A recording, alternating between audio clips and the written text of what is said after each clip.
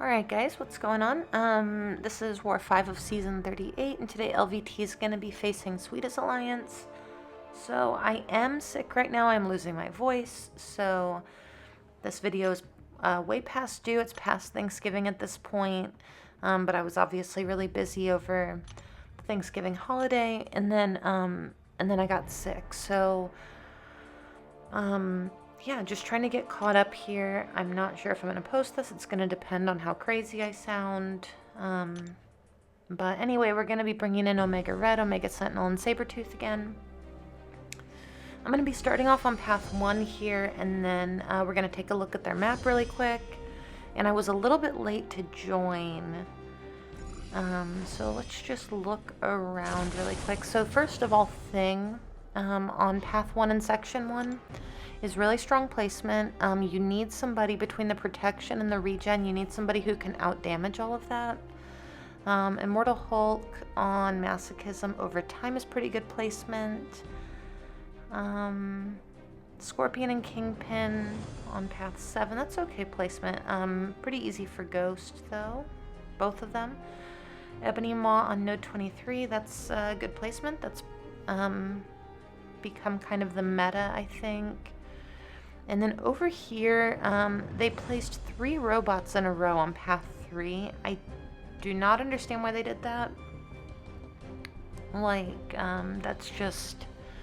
I mean, Nebula can just walk down that entire lane, no problem. And then here they put a blade on the shared fight at the end of 456. I don't like that placement because of Mighty Charge. You can knock him down, and he's just going to shrug off the debuff because of Conduit. Path 7, very easy Ghost lane, and then a Null boss. So yeah, let's go ahead and get started here. I'm going to be using Omega Red for this thing. I could have used Omega Sentinel, that would have been fine too. It just would have taken a little bit longer. But here with Omega Red, what I'm going to do is I'm just going to try to hit him as few times as possible. Lock in the spores. I think when this node... I think in another battle group at one point we had a timeout to this node because the thing here specifically, because between the protection and the regen, it's just a lot. It's a lot to deal with, but not for Omega Red. So you can see we're about 30 seconds in here. Fight's almost over right there. I'm gonna push him to 15 rock stacks, and he's gonna get a little bit stingy, which, you know, just elongates the fight. But right here, I'm gonna go ahead and finish it. So not too bad. Super straightforward. There are other options for that fight. I just think Omega Red happens to be one of the better ones. And then this is going to be Immortal Hulk, and this is also going to be a straightforward fight for Omega Sentinel. I am going to make a little bit of a mistake here, but basically what you want to do is you want to get your heal block up, you want to apply it as quickly as possible, and then you just want to pause it. So you pause it with a light ending combo, and every time it gets paused, it does not count like towards masochism. It doesn't refresh the debuff, it just pauses it. So you're not putting a new debuff on him. You can keep the same one up for the entire fight, but I am going to let it fall off at some point. Here I'm going to go ahead and apply a second one, and I want to build to my special 3. So the thing that you want to make sure of if you're going to build to your special 3 with Omega Sentinel is that you trigger masochism before you throw the special 3. So right there I triggered it. You can see it's still on cooldown. I'm going to pause my debuffs and use my special 3. And this is going to put a bunch of like incinerates on him. And there's a little bit of a bugged interaction here. So you can see that I have my pause timer, but the incinerates are not paused, and that should not be the case. They should be paused. You can apply the pause before the debuff, and it should work. So this was obviously just, you know, I mean, it wasn't a huge deal. At this point, he's, you know, pretty much dead. He's going to get a little bit of regeneration, and I'm just going to reapply my heal block and just finish him with a special 2. So very straightforward fight. I'm really comfortable with that fight. I've gotten really comfortable with Omega Sentinel since Conduit, and I actually really like her a lot. I've had her since before she was in the featured crystal. Okay, so for this next fight here, this is going to be Cersei. I think that with their bans, this might not have been the best placement because with Cersei, this is usually to prevent people from quaking her because you don't really want to quake this node. And Cersei is someone that you would normally want to quake. So, you know, maybe if Quake wasn't banned, this would be a stronger placement, but I could have waited for... What you can do here with Omega is you can wait for Conduit to go down, and then you can just play her normally. Or you can just do what I'm doing, which is a little bit more dangerous, and it's pretty much just because I don't want to lock in my degen, and for Omega, that's where so much of his damage comes from, is from locking in your degeneration with a bunch of spores.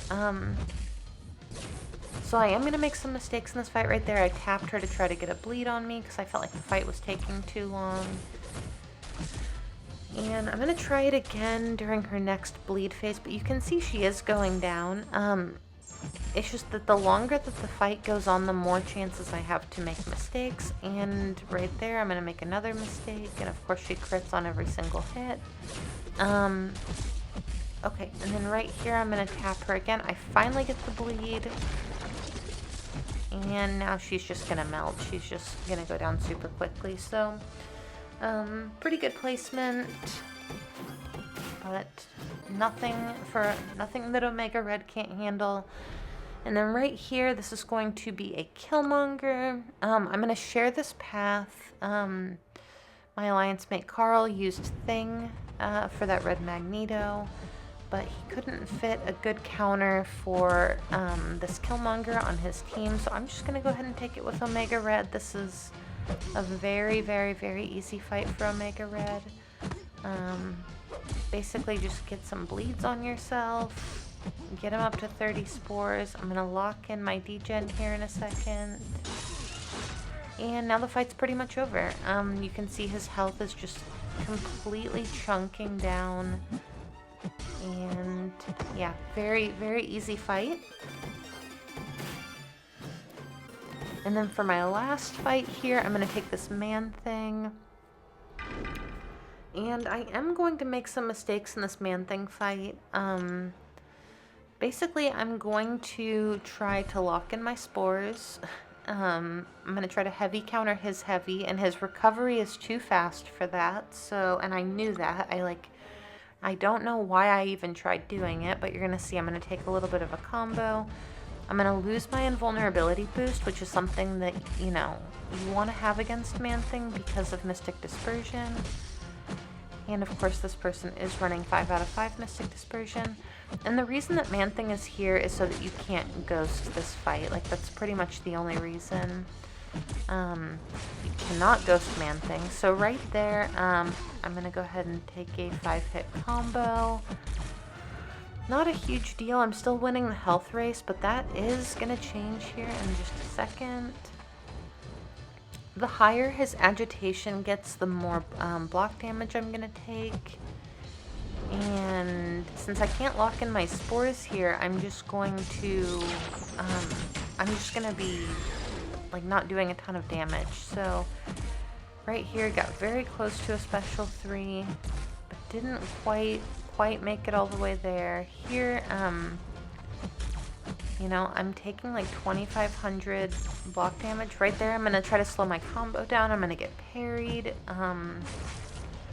So I am losing the health race now, and this guy has a ton of health, and he regenerates too. He does regenerate every time he throws a special attack when he's below 50% if he's awakened. And I think that if I was able to heavy counter his heavy, I think this fight would have already been over, but in retrospect, this may not have been as good of a matchup as like a Red Hulk. Red Hulk would just, he does that like auxiliary damage on his normal hits, and does a bunch of damage on his special 3, so that might have been the way to go.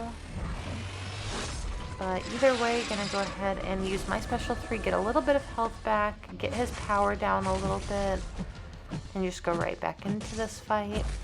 And at a certain point, I'm gonna kind of try to figure out if I'm gonna end up taking more block damage from like parrying and waiting out the incinerate phase, or just getting an incinerate on me. But either way, I'm gonna go ahead, I'm gonna build up to another special 3 now. You can see this fight is taking a really long time. This is like a 3-minute Omega Red fight, which is pretty much unheard of.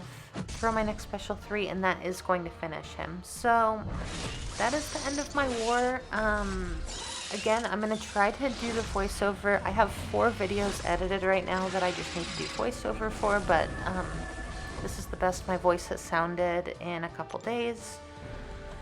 So, yeah, we did end up losing this war. I think we were tied, so they cleared a bunch and didn't really die. And then I think we were tied like 3-3, and we had similar exploration, like around like 120 fights explored.